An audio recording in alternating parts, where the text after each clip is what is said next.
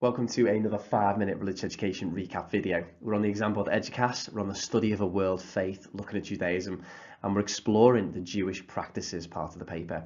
Today's session is going to focus upon the festival of Rosh Hashanah, and I'm hoping you're going to explain the origins, the meaning, and the celebrations during Rosh Hashanah. So first of all, thinking about Rosh Hashanah, it's the Jewish New Year festival. It's also known as the Day of Judgment, and it lasts for 2 days. It's a time for Jews to think about their lives, their actions, and ultimately ask for forgiveness. It also remembers the creation of the world by God, as found in the book of Genesis. So Rosh Hashanah, well, it should be a happy time because it's the start of a new year. So if you think about it, people celebrate New Year and they often make New Year's resolutions, or they say, I'm going to turn over a new leaf. So because it's the start of a new year, Jews are approaching that new year in a good and positive way, trying to do good actions and put their negative or bad actions behind them. It is also a serious celebration because it reminds Jews how God is the judge, and ultimately he will judge their behavior throughout the last year, and that therefore has an impact on their afterlife. Finally, Rosh Hashanah, it also links to another really important festival, Yom Kippur.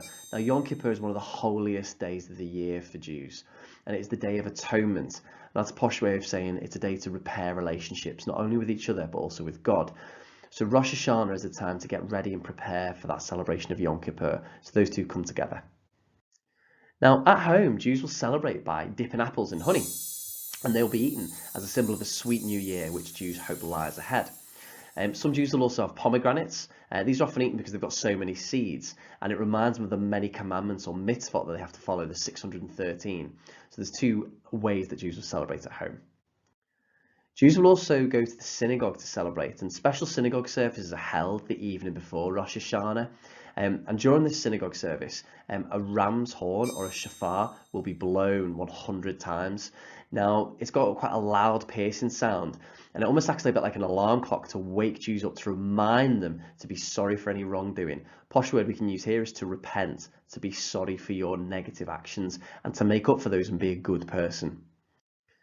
Jews will also perform tashlich, and this is when they'll travel to a flowing body of water and they throw crumbs or stones into that water, or they cast them out, almost like they're casting off their sins, removing their previous mistakes from the previous year and starting again fresh in this new year.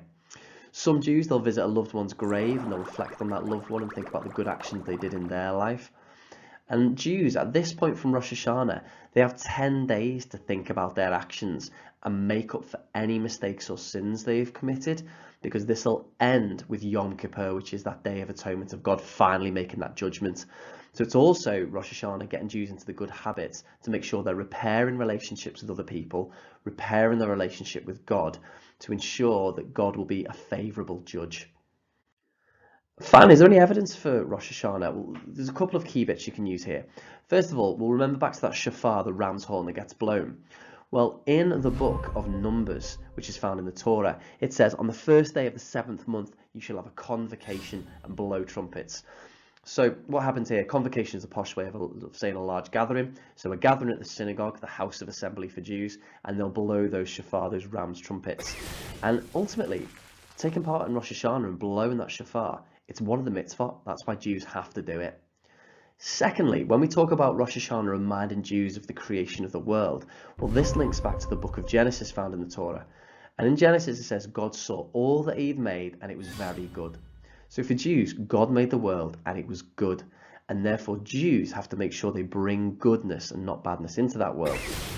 So what we need to remind ourselves is that Jews will focus on doing good actions and following the mitzvah to ensure that they bring goodness into the world, because ultimately God will judge a Jew's behaviour. So two pieces of evidence there. We've got the book of Numbers and Genesis. If you're struggling to remember those names, even if you just put that it's in the Torah and then you use these quotes. Now, have a little down this checklist, check out the key words, see if you can work through each one of these and try and write a bit of a sentence or a piece of information about how each of these links to the festival of Rosh Hashanah. If you can do that, then you've been successful today. Well done. If you want to push yourself a little bit further, then look at some of these example questions. So obviously, try and plan some of these out. You could even give them a bit of a go. Big emphasis on the D styles here, and I would use these D styles in conjunctions with some of the other festival videos that I'll do, so you can make a bit of a better comparison between the importance of festivals. Whatever you get up to, good luck and thanks for listening.